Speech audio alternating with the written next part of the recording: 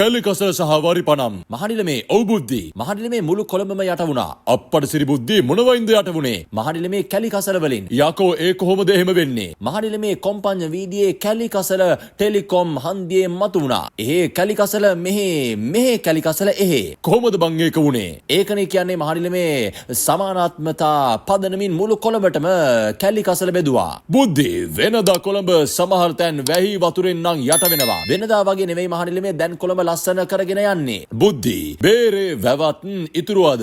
මහනිලමේ බේරේ වැව ඉතුරුවා වගේ තමයි හැම තැනම බේරේ වැව් හැදුනා. ඊයා බුද්ධි මහනිලමේ නහයක් තියෙන එකෙකුට නම් ඉන්න බෑ කොහොමවත්. හරි බුද්ධි චොපර් බාන්න බේරේ වැවේ වතුර හිස් කරලා අලුත් වතුර පුරවන්න ඇති.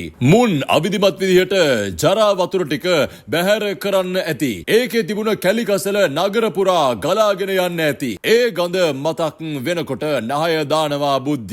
නෑ මහනිලමේ එහෙම දෙයක් කළා නම් ගඳ ඉවසගෙන හරි ඉන්න පුළුවන්. දැන් කොහොම දෙයක්ද වෙලා තියෙන්නේ බුද්ධි? මහනිලමේ දැන් හදිසි ආපදා තත්වයක් ප්‍රකාශ කරලා අප්පට සිරි බුද්ධි එහෙම ලොකු ආපදාවක් වුණා කියලා ආරංචියක්වත් ආවේ නෑනේ. මහනිලමේ 76 වසරකට පස්සේ කොළඹ නගරයට පළවෙනි ස්වභාවික ආපදාව සිද්ධ වුණා. ඇයි බුද්ධි මුහුදවත් ගොඩ ගැලුවද? මුහුද ගොඩ ගැලුවට වැඩිය හපන් මහනිලමේ. බුද්ධි සුලි සුරඟක්වත් ඇල්ලුවද? නෑ මහනිලමේ. එහෙනම් බුද්ධි ටොනෑඩෝ එකක්වත් ආවද බං? නෑ මහනිලමේ ටිකක් හයියෙන් වැස්සා. යකෝ කොළඹට ඔහොමද බං වැහලා තියෙන්නේ? වැහලා කොළඹ කී පාරක් යට වෙලා තියෙනවද? ඒ වුණාට මහනිලමේ ඒවා ස්වභාවික විපත් නෙවෙයිනේ. වැහලා යට වෙන එක ස්වභාවික විපතක් නෙවෙයිද බං? මහනිලමේ වහිනවා කියන එක ස්වභාවික විපතක් නෙවෙයිනේ. වහිනවා කියන එක ස්වභාවික විපතක් නොවුනාට වැහලා කොළඹ යට වෙනවා කියන එක ස්වභාවික විපතක් නේ.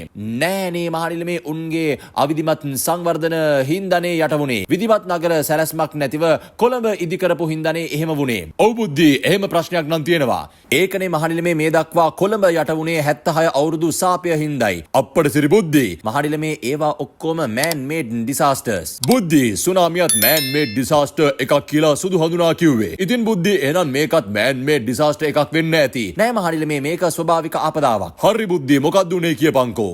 මහනිලමේ එක පාරට වැස්සා. ඔව් බුද්ධි මහනිලමේ වතුර බහින කානු ඔක්කොම බ්ලොක් වෙලා. ඔව් බුද්ධි කානු බ්ලොක් වෙලා හින්දා වතුර පාරට ආවා. ඔව් බුද්ධි පාර දෙපැත්තේ කැලිකසල අයින් කරලා තිබුණේ නෑ. ඔව් බුද්ධි පාර දිගේ වතුර ගඟක් වගේ ගලාගෙන යනකොට කැලිකසලත් ඔක්කොම ගහගෙන ගියා. පාරේ පාක් වල නවත්තලා තිබුණ වාහනවල භාගයක් විතර උසට යට වුණා. කඩකාමර ගෙවල් දොරවල් යට වුණා. හැම තැනටම කැලිකසල හම්බ වුණා. ඒ එක්ක නිල මැස්සෝ හේමත් ආවා. ගන්ධාසාරී බෑ මහනිලමේ. ඉතින් බං ඒක කොහොමද ස්වභාවික විපතක් වෙන්නේ? මහනිලමේ ඒක කොහොමද ස්වභාවික විපතක් නොවෙන්නේ? ඇයි බං හරියට කානු පද්ධතිය සූද්ධ කරලා කැලිකසල ටික බැහැර කරලා තිබුණා නම් වැහි වතුර ඒ කානු දිගේ බැහැගෙන යනවනේ. මහනිලමේ සල්තබාර් සහෝදරිය කියන්නේ ඔහොම කතාවක් නෙවෙයි. මොකද්ද එයා කියන්නේ බුද්ධි? මහනිලමේ කොළඹ මෙතෙක් තිබුණ අවිධිමත් සංවර්ධන සැලැස්ම වෙනුවට විධිමත් සැලැස්මක් හැදුවාලු. බේරේ වැවේ චොපර්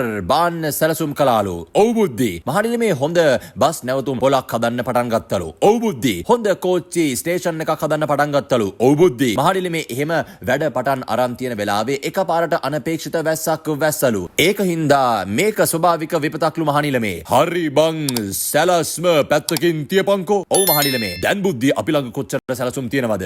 ඔව් මහනිලමේ ඒ සැලසුම් කොච්චර තිබුණත් අපිට එදිනෙදා කරන්න වැඩ ටිකක් තියෙනවනේ. ඔව් මහනිලමේ රටකටත් එහෙමයි බුද්ධි. ඔව් මහනිලමේ නගර සභාවකත් එහෙමයි. ඔව් මහනිලමේ එදිනෙදා කරන්න ඕනි වැඩ ටික කළේ නැත්තම් මොකද වෙන්නේ? ඔක්කොම වැඩ ටික අවුල් වෙනවනේ මහනිලමේ. එතකොට බුද්ධි මෙතන වෙලා තියෙන්නේ මොකද්ද? මහනිලමේ එදිනෙදා වැඩ ටික කරන්නේ නැතිව කයිය ගහගා හිටලා. බුද්ධි රටේ ප්‍රධාන නගරේ තියෙන කැලිකසල ටික හරියට අයින් කරගන්න බැරි මුන් කොහොමද බන් ක්ලීන් ශ්‍රී ලංකාවක් හදන්නේ? මම මොන්රවිල. දවසේ මෙහෙම තොරතුරු දැන ගැනීමට රටේ රාළ විෂන් TV සබ්ස්ක්‍රයිබ් කරන්න.